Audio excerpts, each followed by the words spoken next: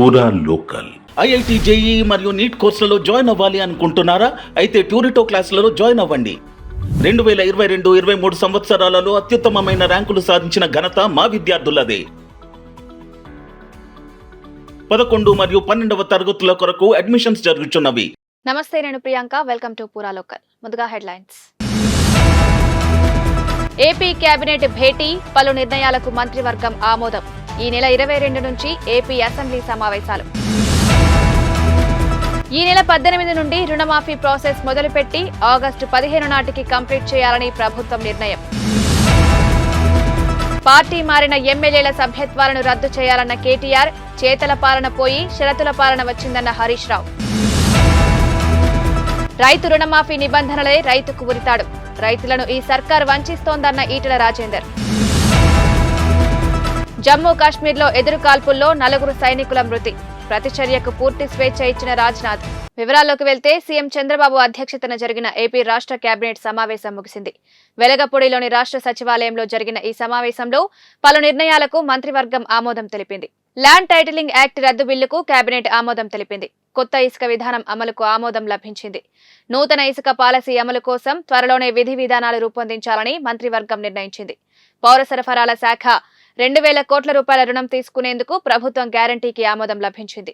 రైతుల నుంచి ధాన్యం కొనుగోలుకు ఎన్సీడీసీ నుంచి 3,200 కోట్ల రూపాయల రుణానికి కేబినెట్ గ్రీన్ సిగ్నల్ ఇచ్చింది. ఈ మేరకు రుణం తీసుకునేందుకు వ్యవసాయ సహకార కార్పొరేషన్ కు ప్రభుత్వ గ్యారంటీకి కేబినెట్ సమ్మతి తెలిపింది. కాగా పంటల బీమా పథకానికి ప్రీమియం చెల్లింపు విధి విధానాల ఖరారుకు కమిటీ ఏర్పాటు చేశారు. ఈ మేరకు 3 మంత్రులతో కమిటీ నియమించారు. ఈ కమిటీలో అచ్చెన్నాయుడు, అనగాని సత్యప్రసాద్, నాదెండ్ల మనోహర్ ఉన్నారు.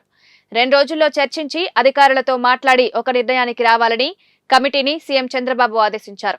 ప్రీమియం చెల్లింపు స్వచ్ఛందంగా రైతులు చేయాలా లేక ప్రభుత్వం చెల్లించాలా అనే అంశాన్ని ఖరారు చేయాలని కమిటీకి నిర్దేశించారు. 2 రోజుల్లో నివేదిక ఇవ్వాలని ఆదేశించారు. ఇక సంక్షేమ పథకాలు, ఎన్నికల హామీలపై ప్రధానంగా చర్చ జరిగింది. ఈ నెల 22 నుంచి అసెంబ్లీ సమావేశాలు నిర్వహించాలని నేటి కేబినెట్ సమావేశంలో నిర్ణయించారు. రైతులకు తెలంగాణ ప్రభుత్వం మరో భారీ గుడ్ న్యూస్ చెప్పింది. 2 లక్షల రూపాయల రుణమాఫీ ప్రక్రియ ప్రారంభానికి ముహూర్తం ఖరారు చేసింది. ఈ నెల 18వ తేదీ నుండి రుణమాఫీ నిధుల జమ ప్రాసెస్ ను మొదలుపెట్టనున్నట్లు తెలిపింది. ఫస్ట్ ఫేజ్ లో భాగంగా 1,00,000 రూపాయల వరకు ఉన్న పంట రుణాలను మాఫీ చేయనున్నట్లు ప్రకటించింది. 18వ తేదీ సాయంత్రంలోగా రైతుల రుణ ఖాతాల్లో డబ్బులు జమ కానున్నట్లు వెల్లడించింది. అదే రోజు రైతు వేదికల్లో రుణమాఫీ లబ్ధిదారులతో సంబరాలు నిర్వహిస్తామని తెలిపింది. ఈ వేడుకలకు మంత్రులు, ఎమ్మెల్యేలు, ఎమ్మెల్సీలు, ప్రజాప్రతినిధులు హాజరవుతారని తెలిపింది. రుణమాఫీ నిధులు పక్కదారి పట్టకుండా బ్యాంకర్లకు ప్రభుత్వం స్పష్టమైన ఆదేశాలు జారీ చేసింది. రుణమాఫీ కోసం ప్రభుత్వం విడుదల చేసిన నిధులను ఇతర ఖాతాల్లో జమ చేసుకుంటే బ్యాంకర్లపైన కఠిన చర్యలు తీసుకుంటామని హెచ్చరించింది. ఈ నెల 18 నుండి రుణమాఫీ ప్రాసెస్ మొదలుపెట్టి ఆగస్టు 15 నాటికి కంప్లీట్ చేయాలని ప్రభుత్వం టార్గెట్ గా పెట్టుకుంది. నియోజకవర్గాల్లో ప్రోటోకాల్ ఉల్లంఘనలు, పార్టీ ఫిరాయింపులపై అసెంబ్లీ స్పీకర్ గడ్డం ప్రసాద్ కు బీఆర్ఎస్ నేతల బృందం ఫిర్యాదు చేసింది. అనంతరం అసెంబ్లీ మీడియా పాయింట్ వద్ద కేటీఆర్ మాట్లాడుతూ బీఆర్ఎస్ తరపున గెలిచిన 10 మంది ఎమ్మెల్యేలు, 6 ఎమ్మెల్సీలు పార్టీ ఫిరాయింపులకు పాల్పడ్డారని, ఫిరాయింపులపై గతంలో సుప్రీంకోర్టు ఇచ్చిన తీర్పును స్పీకర్ దృష్టికి తీసుకొచ్చామని చెప్పారు. పార్టీ ఫిరాయింపులపై వచ్చిన ఫిర్యాదులపై 3 నెలల్లో చర్యలు తీసుకోవాలని సుప్రీంకోర్టు తెలిపిందన్నారు. సుప్రీంకోర్టు తీర్పును అసెంబ్లీ స్పీకర్ కు చదివి వినిపించారని చెప్పారు. తెలంగాణ అసెంబ్లీ ఎన్నికల సందర్భంగా కాంగ్రెస్ పార్టీ న్యాయపత్ర అంటూ మేనిఫెస్టో విడుదల చేసిందని, పార్టీ ఫిరాయించే ఎమ్మెల్యేలపై అనర్హత వేటు వేస్తామని అందులో స్పష్టంగా తెలిపిందని కేటీఆర్ తెలిపారు. హర్యానాలో కాంగ్రెస్ ఎమ్మెల్యే బీజేపీలో చేరితే ఆ పార్టీ కొట్లాడుతోందని, కర్ణాటకలో కాంగ్రెస్ ఎమ్మెల్యేలను బీజేపీ 50 కోట్ల రూపాయలకు కొంటోందని సీఎం సిద్ధరామయ్య ఆరోపిస్తున్నారని చెప్పారు. గోవాలో పార్టీ అభ్యర్థులకు బీఫామ్ ఇచ్చే సందర్భంగా వారితో కాంగ్రెస్ అగ్రనేత రాహుల్ గాంధీ పార్టీ మారబోమని ప్రమాణం చేయించారని గుర్తు చేశారు. వీటన్నిటిని దృష్టిలో పెట్టుకుని పార్టీ మారిన ఎమ్మెల్యేల సభ్యత్వాలను వెంటనే రద్దు చేయాలని స్పీకర్ను కోరామని చెప్పారు. కాళేశ్వరం ప్రాజెక్టు అంశంలో జస్టిస్ పీసీ ఘోష్ కమిషన్ విచారణ కొనసాగుతుంది. నిన్న పలువురు రిటైర్డ్ ఐఏఎస్ అధికారులు కమిషన్ విచారణకు హాజరు కాగా, ఈ రోజు కేంద్ర జలశక్తి శాఖ సలహాదారు వెద్రే శ్రీరామ్ కమిషన్ ముందు హాజరయ్యారు. ఈ సందర్భంగా కాళేశ్వరం ప్రాజెక్టు అంశాలపై Vedire Sriram power point presentation ఇచ్చారు. మేడిగడ్డ, సుందిల్లా, అన్నారంపై ఎన్డీఎంఏ నివేదికపై చర్చించినట్లు తెలిపారు. కమిషన్ ఎదుట హాజరైన అనంతరం మీడియాతో మాట్లాడిన ఆయన తుమ్మిడిహట్టి వద్ద నీటి లభ్యత లేకపోవడం వల్లే ప్రాజెక్టును మరో చోట నిర్మించారన్న వాదనలో నిజం లేదన్నారు. తుమ్మడి హెట్టి వద్ద 160 టీఎంసీల నీటి లభ్యత ఉందని సిడబ్ల్యూసీ ఆమోదించిందని తెలిపారు. ప్రాజెక్టుకు సంబంధించి క్వాలిటీ కంట్రోల్ దారి తప్పిందన్నారు. మహారాష్ట్రలో ముంపు కారణంగానే గత ప్రభుత్వం ప్రాజెక్టును మరొక చోటుకు మార్చిందన్నారు. ప్రాజెక్టు నిర్మాణంలో ముంపు సహజం, కానీ గత ప్రభుత్వం దీన్ని అసహజంగా చిత్రీకరించిందని ఈ పవర్ పాయింట్ ప్రెజెంటేషన్లో చెప్పినట్లు వివరించారు. కాళేశ్వరంలోని బ్యారేజీల నిర్మాణానికి సిడబ్ల్యూసీ అనుమతి ఇవ్వలేదని తెలిపారు. మేడిగడ్డ, తుమ్మిడిహట్టి వద్ద ఉన్న నీటి లభ్యతపై కమిషన్కు వివరాలు ఇచ్చినట్లు తెలిపారు. ఇవాళ కాళేశ్వరం ప్రాజెక్టుకు సంబంధించిన అంశాలను కమిషనర్కు అందించానన్నారు. డిజైన్ పూర్తి కాకముందే నిర్మాణాలు జరిగాయని, కన్స్ట్రక్షన్ పూర్తయ్యాక డిపిఆర్ అప్డేట్ చేశారని వివరించారు. బీఆర్ఎస్ అధినేత కేసీఆర్ కు సుప్రీంకోర్టులో ఎదురుదెబ్బ తగిలింది. ఛత్తీస్గఢ్ నుంచి విద్యుత్ కొనుగోలు, యాదాద్రి, భద్రాద్రి పవర్ ప్లాంట్ల నిర్మాణం అంశాల్లో జరిగిన అవకతవకలపై విచారించేందుకు తెలంగాణ ప్రభుత్వం జస్టిస్ నరసింహారెడ్డిని చైర్మన్ గా కమిషన్ను ఏర్పాటు చేసిన సంగతి తెలిసిందే. అయితే ఈ కమిషన్ను రద్దు చేయాలంటూ సుప్రీంకోర్టును కేసీఆర్ ఆశ్రయించారు. కేసీఆర్ పిటిషన్ను supreme court chief justice DY Chandrachud నేతృత్వంలోని ధర్మాసనం విచారించింది. అనంతరం కేసీఆర్ పిటిషన్ను ధర్మాసనం డిస్మిస్ చేసింది. కమిషన్ విచారణ కొనసాగించాలని తెలిపింది. కొత్తగా నోటిఫికేషన్ జారీ చేయాల్సిన అవసరం లేదని చెప్పింది. దీనిని జ్యుడిషియల్ ఎంక్వైరీ అనకుండా ఎంక్వైరీ కమిషన్ గా వ్యవహరించాలని తెలిపింది. మరోవైపు కమిషన్ చైర్మన్ గా నరసింహారెడ్డి స్థానంలో మరొకరిని నియమించాలని సుప్రీంకోర్టు ఆదేశించింది. దీంతో కమిషన్ చైర్మన్ ను మారుస్తామని సుప్రీంకోర్టుకు తెలంగాణ ప్రభుత్వం తెలిపింది. రిటైర్డ్ జడ్జిలతో తాము సంప్రదింపులు జరుపుతున్నామని, కొత్త చైర్మన్ పేరును తెలిపేందుకు సమయం కావాలని, సోమవారం కొత్త చైర్మన్ పేరును తెలియజేస్తామని కోర్టుకు తెలిపింది. కశ్మీర్లో 4 సైనికుల మరణం నేపథ్యంలో రక్షణ మంత్రి రాజ్నాథ్ సింగ్ ఆర్మీ చీఫ్ ఉపేంద్ర ద్వివేదితో మాట్లాడారు. దోడాలో ప్రస్తుత పరిస్థితులు, ఆర్మీ కొనసాగిస్తున్న ఆపరేషన్ గురించి వివరాలు అడిగారు. ఉగ్రదాడిపై ప్రతిచర్యకు సంబంధించి పూర్తి స్వేచ్ఛ ఇస్తున్నట్టు ఆర్మీ చీఫ్ కు రాజ్నాథ్ తెలిపారు. జమ్మూ కాశ్మీర్లోని దోడా జిల్లాలో తెల్లవారుజామున సాయుధ ఉగ్రవాదులతో భారత ఆర్మీ, జమ్మూ కాశ్మీర్ ప్రత్యేక పోలీసు బలగాలు సంయుక్తంగా ఎన్కౌంటర్ ఆపరేషన్ చేశారు. అయితే ఈ ఆపరేషన్లో ఒక అధికారితో సహా 4 సైనికులు మరణించారు. మరికొందరికి గాయాలయ్యాయి. ఉగ్రవాదులు దొంగ దెబ్బ తీయడంతో 4 జవాన్లను కోల్పోవాల్సి వచ్చిందని ఆర్మీ తెలిపింది. జమ్మూలో ఇటీవల జరిగిన రెండో అతిపెద్ద దాడి ఇదేనని తెలుస్తోంది. తీవ్రవాదాన్ని నిర్మూలనకు కేంద్రం ఇప్పటికే ఆర్మీకి పూర్తి స్వేచ్ఛనిచ్చిన నేపథ్యంలో బలగాలు సరిహద్దు ప్రాంతాలు సహా కాశ్మీర్ను జల్లెడపడుతున్నాయి. తెలంగాణ సెక్రటేరియట్ కు ఇంటర్నెట్ సేవలకు అంతరాయం ఏర్పడింది. దీంతో పలు శాఖల సేవలు నిలిచిపోయాయి. అయితే బిల్లుల బకాయిలు ఉండడంతో నెట్ సేవలు నిలిపివేసినట్లు తెలుస్తోంది. నిపుణ నెట్వర్క్ కు కోట్ల రూపాయలు బకాయిలు ఉన్నట్లు తెలుస్తోంది. కొన్ని రోజులుగా బకాయిలు చెల్లించాలని విజ్ఞప్తి చేస్తున్నా ప్రభుత్వం పెండింగ్ బిల్లును చెల్లించడం లేదని, దీంతో ఈ విషయాన్ని సీఎం దృష్టికి తీసుకువెళ్లేందుకు ఇంటర్నెట్ బంద్ చేసినట్టు సచివాలయ వర్గాల్లో చర్చ జరుగుతుంది. కాగా ఓవైపు ముఖ్యమంత్రి రేవంత్ రెడ్డి జిల్లాల కలెక్టర్లు, ఎస్పీలు, ఉన్నతాధికారులతో సమీక్ష నిర్వహిస్తున్న రోజే ఇంటర్నెట్ సేవలకు అంతరాయం ఏర్పడడం హాట్ టాపిక్ గా మారింది. రైతుల శాపనార్థాలు రేవంత్ రెడ్డి ప్రభుత్వానికి తగలడం ఖాయమని బీజేపీ ఎంపీ ఈటెల రాజేందర్ వ్యాఖ్యానించారు. రైతు రుణమాఫీ నిబంధనలే రైతుకు ఉరితాడని, రైతులను ఈ సర్కారు వంచిస్తోందని అన్నారు. కాంగ్రెస్ పార్టీ ఎన్ని అడ్డదారులైనా తొక్కి అధికారంలోకి రావాలనుకుంది. ఇచ్చేదుందా సచ్చేదుందా అనుకునే అడ్డగోలు హామీలు ఇచ్చిందని మండిపడ్డారు. 34,000 కోట్ల రూపాయల రుణమాఫీ అన్కండిషనల్ గా ఒకేసారి చేస్తానని చెప్పిన రేవంత్ రెడ్డి ఇప్పుడు మాట మారుస్తున్నారన్నారు. 7 నెలలు కాకముందే 7 రకాల అవతారాలు ఎత్తుతున్నారని ఫైర్ అయ్యారు ఈటెల. రైతాంగానికి 2 లక్షల రూపాయలు రుణమాఫీ అన్కండిషనల్, ఏ కండిషన్ లేదు. ఇవాళ ఏ 6 పేజీల నిబంధనలు అయితే ఇవాళ ప్రకటించారో, రైతు రుణమాఫీకి 6 పేజీల నియమ నిబంధనలు అని చెప్పి ప్రకటించారో, ఈ నియమ నిబంధనలే రైతుకు ఉరితాళ్ళు. ఈ నియమ నిబంధనలే రైతాంగాన్ని మరోసారి వంచడం, మోసం చేయడం తప్ప ఇంకోటి కాదు. ఇవన్నీ చదవాలంటే ఒక అర్ధగంట, గంట అయినా కూడా ఇవాళ కూడా వద్దు. రేవంత్ రెడ్డి గారికి స్పష్టమైన అవగాహన ఉన్నది. సుప్రీంకోర్టు కొత్త న్యాయమూర్తులుగా justice H N Koteshwar Singh, justice R మహదేవన్లు నియమితులయ్యారు. రాష్ట్రపతి భవన్ నుంచి ఈ మేరకు ఉత్తర్వులు జారీ అయ్యాయి. జస్టిస్ సింగ్ ప్రస్తుతం జమ్మూ అండ్ కాశ్మీర్, లడక్ ప్రధాన న్యాయమూర్తిగా సేవలందిస్తుండగా మద్రాస్ హైకోర్టు జడ్జిగా ఆర్ మాధవన్ ఉన్నారు. జస్టిస్ కోటేశ్వర్ సింగ్ గత ఫిబ్రవరిలో 12న Jammu and Kashmir and Ladakh chief justice గా నియమితులయ్యారు. 2023 ఫిబ్రవరి 15న ప్రమాణ స్వీకారం చేశారు. ఈశాన్య రాష్ట్రమైన మణిపూర్ నుంచి సుప్రీంకోర్టు జడ్జిగా నియమితులైన తొలి వ్యక్తి ఆయనే కావడం విశేషం. ఇక వెనుకబడిన తరగతుల వర్గానికి చెందిన justice R Mahadevan Madras high court acting chief justice గా ఉన్నారు. మద్రాసు లా కాలేజీలో న్యాయశాస్త్రంలో పట్టా పొందిన ఆయన 1989లో లాయర్గా ప్రాక్టీస్ మొదలుపెట్టారు. 25 ఏళ్లుగా ఆయన సివిల్, క్రిమినల్, రిట్ కేసుల్లో స్పెషలైజ్డ్గా పేరు తెచ్చుకున్నారు. 2013లో మద్రాస్ హైకోర్టు జడ్జిగా నియమితులయ్యారు. రుణమాఫీకి రేషన్ కార్డుల షరతులెందుకని ప్రభుత్వాన్ని ప్రశ్నించారు బీఆర్ఎస్ సీనియర్ నేత హరీష్ రావు.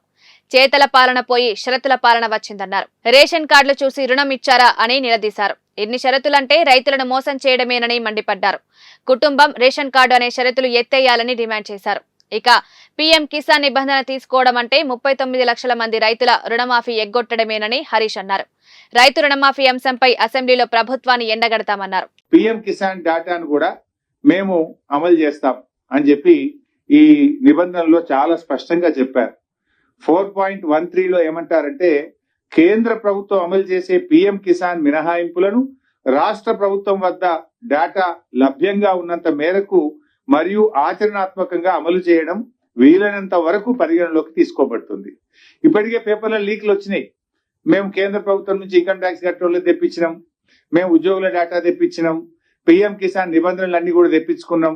అంటే మీరు ఏం చెప్పదలుచుకున్నారు? పీఎం కిసాన్ నిబంధనలను వర్తింపజేసి రాష్ట్రంలో సగానికి సగం రైతులకు రుణమాఫీ లేకుండా ఎగ్గొట్టే ప్రయత్నం. మీకు ఇంకా బాగా అర్థం కావడానికి ఒక చిన్న ఉదాహరణ చెప్తాను. రైతు బంధు కింద మన రాష్ట్రంలో రైతు బంధు పొందిన రైతులు ఎందరు అంటే 68,99,079 మంది. తెలంగాణలోని అంగన్వాడీ కేంద్రాలలో పనిచేస్తున్న టీచర్లు, ఆయాలకు మంత్రి సీతక్క శుభవార్త ప్రకటించారు. ఇకపై పదవీ విరమణ చేసే సిబ్బందికి రిటైర్మెంట్ బెనిఫిట్స్ అందిస్తామని తెలిపారు. 2-3 రోజులలో దీనికి సంబంధించి జీవో జారీ చేస్తామని పేర్కొన్నారు. ఈ మేరకు మంగళవారం హైదరాబాద్లోని రహమద్ నగర్ లో జరిగిన అమ్మ మాట అంగన్వాడీ బాటా కార్యక్రమంలో మంత్రి సీతక్క ఈ ప్రకటన చేశారు. రిటైర్మెంట్ బెనిఫిట్స్ కింద పదవీ విరమణ పొందే టీచర్కు 2 లక్షల రూపాయలు, ఆయలకు 1 లక్ష రూపాయల చొప్పున తెలంగాణ ప్రభుత్వం అందజేయనుంది. నామమాత్రపు వేతనంతో సేవలందిస్తున్న అంగన్వాడీ సిబ్బంది కష్టాలు ప్రభుత్వానికి తెలుసని మంత్రి చెప్పారు. అంగన్వాడీ సిబ్బందికి ఇచ్చిన హామీని తమ ప్రభుత్వం నిలబెట్టుకుంటుందని 2-3 రోజుల్లో ఈ మేరకు జీవో విడుదల చేస్తామని మంత్రి సీతక్క తెలిపారు. ఆల్రెడీ జీవో వస్తుంది, కొంతమంది కావాలని దాన్ని ఏదో ఇబ్బంది చేస్తున్నారు. గతంలో 50,000 ఇచ్చింది కావచ్చు, కానీ ఇప్పుడు మేము వచ్చిన జీవో కాదు, మేడం కరుణ గారు, నేను, కాంతి గారు, మరి సీఎం గారితో చెప్పి అట్లనే మన ఫైనాన్స్ లో కూడా ఈ 4-5 రోజులలో క్లియర్ అవుతుంది. 1 లక్ష రూపాయల ఆయకు, టీచరమ్మకు 2 లక్షలతోటి ఇస్తున్నాము. అది పక్కా జీవో వస్తుంది. కొంత ఇప్పుడు ఏంటంటే రుణమాఫీ అటు ఇటు ఉంది, కొద్దిగా డిలే అవుతుంది తప్ప తప్పకుండా మాట ఇచ్చినా మాట నిలబెట్టుకుంటాం. మీరందరూ బాగా పనిచేయాలని మనస్ఫూర్తిగా కోరుకుంటున్నాం. ఆషాఢ మాసాన్ని పురస్కరించుకుని తెలంగాణలో బోనాల సందడి నెలకొంది. పోతురాజుల వీరంగాలు, శివసత్తుల ఆటలతో శోభ సంతరించుకుంది. ఈ క్రమంలోనే ఈ రోజు గాంధీ భవన్ లో ఘనంగా బోనాల పండుగ నిర్వహించారు. రాష్ట్ర మహిళా కాంగ్రెస్ అధ్యక్షురాలు సునీతారావు అధ్యక్షతన గాంధీ భవన్ లో బోనాలు నిర్వహించారు. ఈ కార్యక్రమంలో పెద్ద ఎత్తున మహిళా కాంగ్రెస్ నాయకులు పాల్గొన్నారు. ఈ సందర్భంగా వారు అమ్మవారికి బోనాలు సమర్పించారు. రాష్ట్రంలోని ప్రజలందరూ సుఖ సంతోషాలతో, ఆయురారోగ్యాలతో ఉండాలని అమ్మవారికి బోనాలు సమర్పించినట్టు సునీతారావు వెల్లడించారు.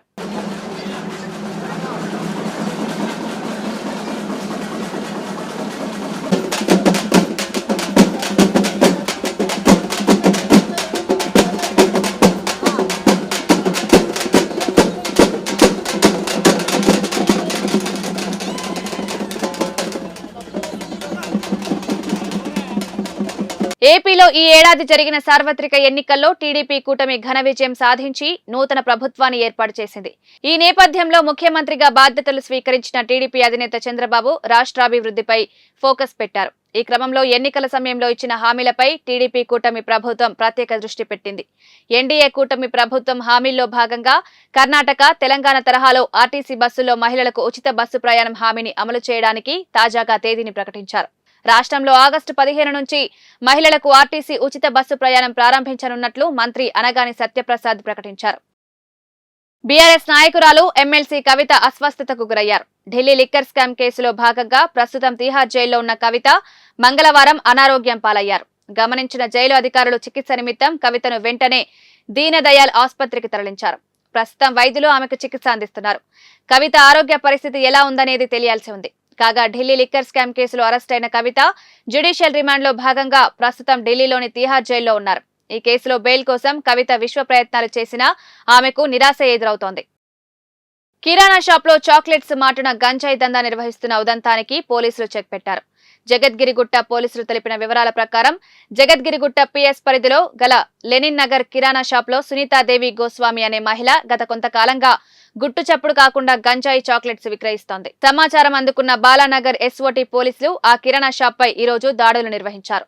దాడులలో 9.5 కిలోల గంజాయిని చాక్లెట్స్ దొరకడంతో వాటిని స్వాధీనం చేసుకుని కిరాణా షాప్ నిర్వహిస్తున్న సునీతాదేవి గోస్వామి అనే మహిళను అదుపులోకి తీసుకుని విచారణ నిమిత్తం జగద్గిరిగుట్ట పోలీసులకు ఎస్ఓటీ అధికారులు అప్పగించారు. ఆంధ్రప్రదేశ్లోని శ్రీశైలం మల్లికార్జున స్వామి ఆలయంలో అద్భుతం చోటు చేసుకుంది. మల్లికార్జున స్వామి చెంతకు నాగుపాము చేరుకుంది. స్వామి ప్రతిరూపమైన లింగాన్ని చుట్టుకుని కనిపించడంతో భక్తులు మైమరిచిపోయారు. ఈ అరుదైన దృశ్యాన్ని చూసేందుకు భక్తులు ఎగబడ్డారు. నంద్యాల జిల్లా నల్లమల అడవుల్లోని ప్రసిద్ధ శ్రీశైల క్షేత్రం నిత్యం భక్తులతో కిటకిటలాడుతుంది. ఈ క్షేత్రంలోని పాతాళ గంగ వద్ద చంద్రలింగం ఉంది. భక్తులు నిత్యం దర్శించుకునే ఈ లింగం వద్ద ఈ రోజు అద్భుతం జరిగింది. చంద్రలింగాన్ని దర్శించుకోవడానికి వెళ్లిన భక్తులకు లింగాన్ని చుట్టుకున్న నాగుపాము కనిపించింది. ఈ అసాధారణ దృశ్యాన్ని కొంతమంది భక్తులు వీడియో తీసి సోషల్ మీడియాలో షేర్ చేశారు.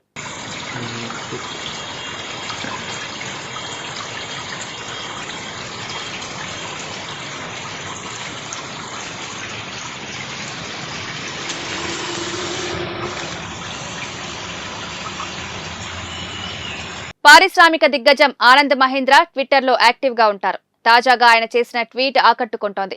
తాజాగా ఓ జంట పెళ్లి ఫోటోను ఆయన షేర్ చేస్తూ గ్రేట్ ఇండియన్ వెడ్డింగ్ అంటూ రాసుకొచ్చారు. ఇంతకీ ఆ ఫోటో ఎవరిది అనుకుంటున్నారా?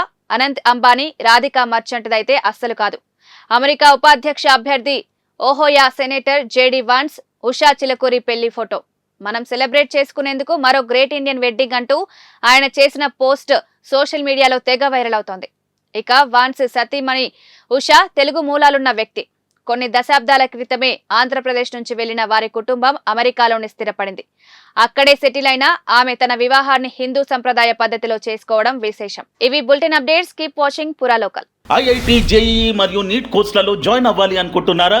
అయితే ట్యూరిటో క్లాసెస్ లో జాయిన్ అవ్వండి. 2022-23 సంవత్సరాలలో అత్యుత్తమమైన ర్యాంకులు సాధించిన ఘనత మా విద్యార్థులదే.